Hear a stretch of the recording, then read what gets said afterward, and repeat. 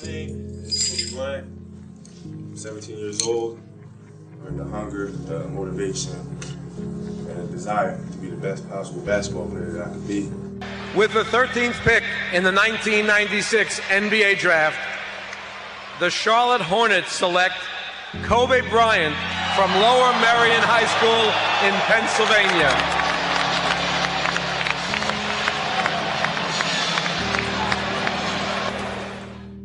I had a purpose. I wanted to be one of the best basketball players to ever play.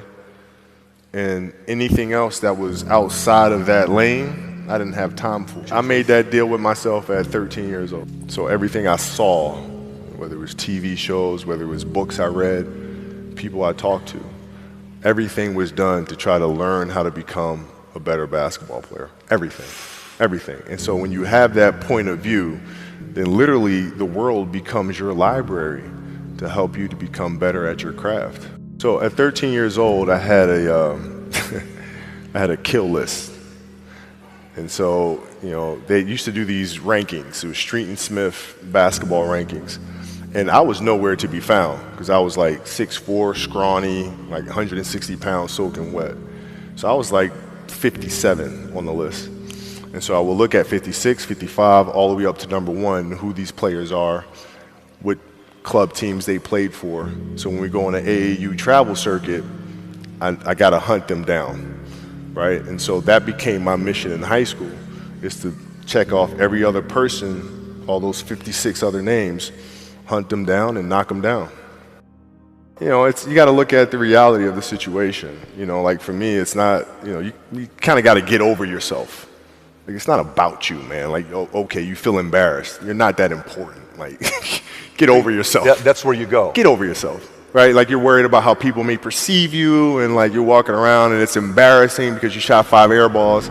Get over yourself, right? And then after that, it's okay, well, why did those air balls happen? Got it. High school, year before, we played 35 games, max, right? Week in between, spaced out. Plenty of time to rest. In the NBA, it's back to back to back to back to back to back to back. I didn't have the legs. So you look at the shot, every shot was online.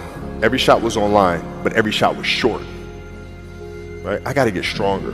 I got to train differently. The weight training program that I'm doing, I got to tailor it for an 82-game season so that when the playoffs come around, my legs are stronger and that ball gets there. So I look at it with rationale. Say, okay, well, the reason why I shot air balls is because my legs aren't there. I go, well, next year they'll be there. That was it. Done. So many guys tell stories about your work ethic. Yeah. What was really your work ethic like, and for how long did you stay disciplined? Well, I mean, every day. I mean, since 20 years. I mean, it was an everyday process and trying to figure out strengths and weaknesses. For example, jumping ability. Man, my vertical was a 40. It wasn't a 46 or a 45.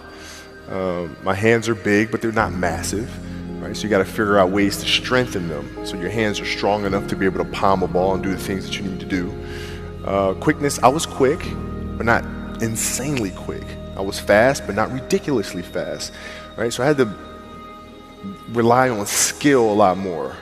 I had to rely on angles a lot more. I had to study the game a lot more. And but I enjoyed it though. So like from the time I can remember when I started watching the game, I studied the game, and it just never changed. Technical question here. Let's see how you can answer this. Who would Shaq be if he had your work ethic? He'd be the greatest of all time. If Shaq had your work ethic, he'd be the greatest of all time. Greatest of all time by a mile. Sure. He'd be the first to tell you that, for sure. I mean, this guy was a force like I have never seen. I mean, it was crazy. You know, a guy at that size, generally guys at that size are a little timid and they don't want to be tall. They don't want to be big. Man, this dude he did not care. He was mean. He was nasty. He was competitive. He was vindictive. I mean, I wish he was in the gym. I would have had fucking 12 rings. What is the conversational life like with your wife and kids to say, listen, this is what I'm doing? How did that conversation go? Well, with the kids, it's different. So like the communication with our children is that Pops is working hard. This is the level of attention to detail you need to have in everything you do. So it's setting the example. Same thing with my wife. My wife's a stay-at-home wife. It's the hardest job, man.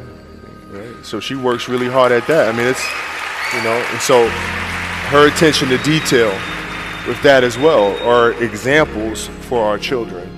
And then for my wife, it's, you know, she's as competitive as I am. So she's like, listen, man, if you're going to be out here training 8 hours a day, if you're going to spend 9 months out of the year away from your family, you better fucking win the championship.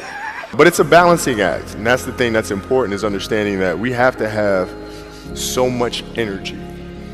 Because for like Natalia and Gianna when they were babies, especially Natalia because she was doing prime years, and I go to practice and I'd train and, you know, I'd play the game and, you know, I'd come home and I'd be sore and I'd be tired.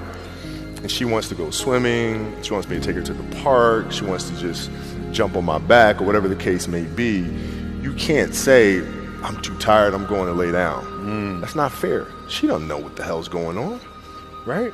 And if this was a game, you'd suck it up and play. I play games with the flu. I play games with 102-degree fever, man. Powerful. You can't do that. That is so powerful. Right? You got to be on, man. No sleep. Is there a story where it's like, you know, no one knows about, where you went and played a game and it was so insane for whatever reasons? No sleep. You played a game with zero sleep. Zero sleep. Zero sleep. It's like, you know, kids, you know, Natalia had a certain, you know, health situation or what have you, and you're staying up all night, and then you got to go out and perform because fans don't know, you know, teammates don't know, nor do they care, nor should they, that you've been up all night. You got to perform, right? And so you just got to go to work, man. You got a lot of people paying their hard-earned money to come watch you perform. It's your job to be in shape. It's your job to be strong enough to perform at that level every single night. And as a competitor, I'm not ducking shit. Like, it's not, oh my God, my back hurts, I'm sore, we got to play Vince Carter and Toronto Raptors tonight. We actually had this happen. We had a game against Toronto in 2000, and Vince